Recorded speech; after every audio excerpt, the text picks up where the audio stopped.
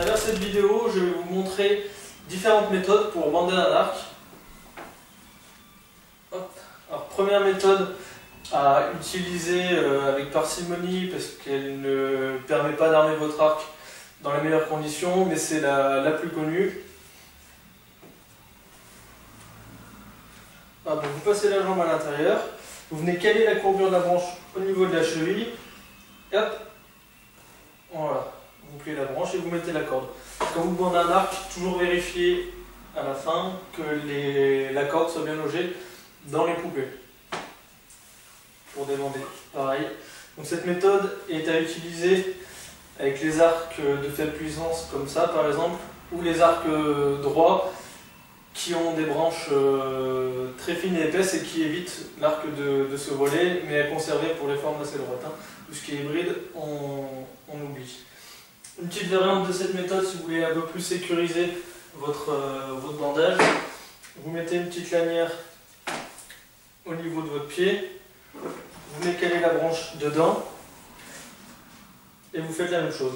Donc cette petite méthode permet de conserver un axe des branches un peu meilleur et donc du coup de moins voler votre arc.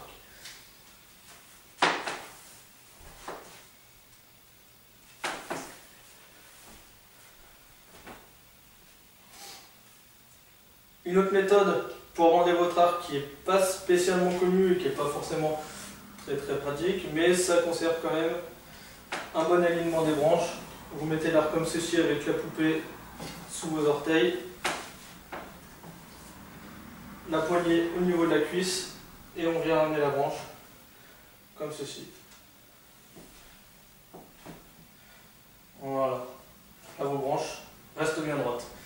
Pareil à utiliser avec des arcs de relativement faible puissance. Donc pour les personnes qui utilisent un doigt de corde, c'est-à-dire que votre corde est gardée comme ceci au niveau de l'arc, donc ce qui permet de conserver toujours la même longueur de l'arc. Vous pouvez utiliser cette méthode qui est pas mal du tout. Vous venez caler votre poupée sous votre plante des pieds, votre main bien ouverte au niveau de la branche pour la garder en sécurité. Vous venez tirer avec votre bras et en même temps vous glissez sur le haut pour mettre la corde dans la poupée. Donc cette technique est très pratique pour emmener votre arc rapidement, à proscrire avec les arcs puissants, trop longs ou avec des courbures beaucoup trop prononcées parce que c'est risqué. Et si jamais vous avez la main qui glisse, attention au retour de branche dans la figure qui peut faire très mal.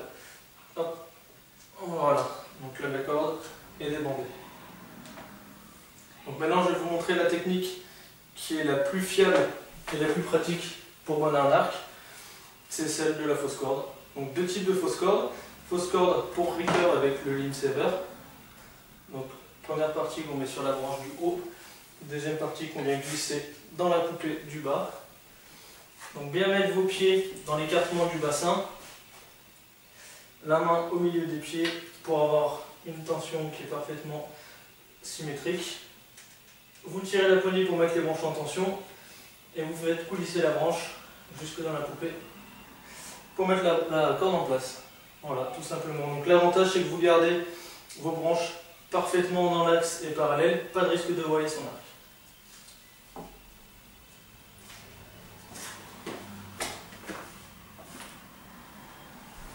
Pour tout ce qui est des arcs hybrides à forte courbure, donc il est recommandé aussi d'utiliser une fausse corde, donc celle-ci un peu différente de la dernière, parce que vous pouvez directement la mettre en haut de la poupée, donc c'est pas principalement utilisé pour les lambeaux. Donc pareil, toujours conserver l'écartement, la main au milieu.